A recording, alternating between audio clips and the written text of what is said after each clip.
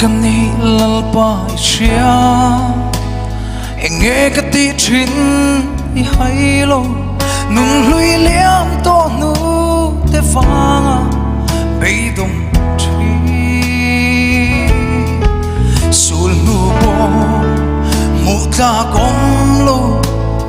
ma ngay tu thình lung mèo bo liam chuyện hia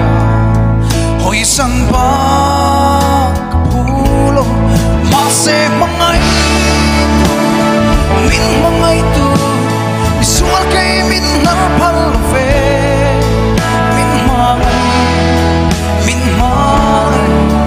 min nen ko chul lo amal so min fur bang ve kai mai i mangai ko lo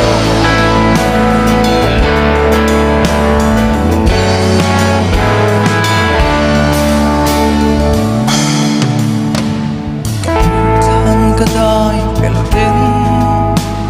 ka in chir na ber min then tri heng hiang bang min tring se rul zo mo he tak sai tham thêm thu ber apo salin fam chang ila ka sul ten apure se mangai tu mi so ke min na phal ve min nen ko chul lo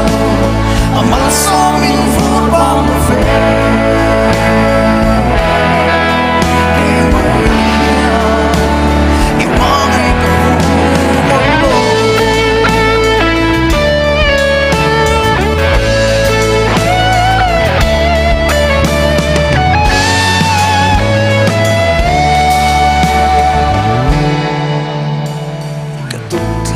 kadai pelten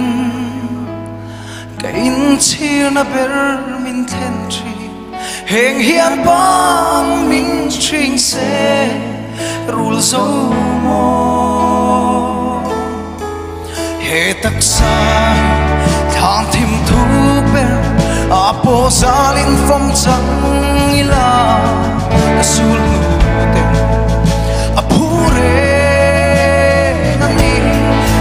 se mangai tu mi swal ke min nar phal ve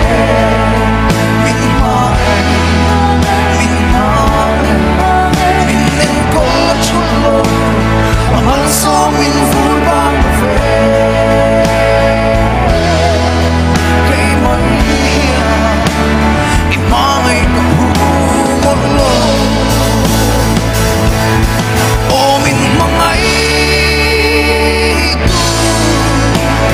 sual kai min nar phal ve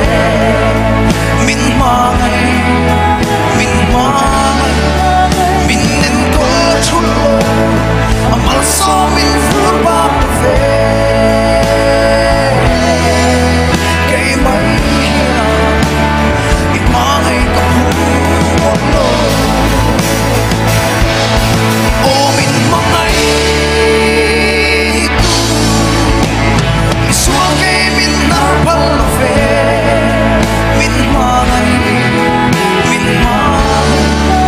min nen ko chul lo amal so min fur bang ve kai mai i mangai ko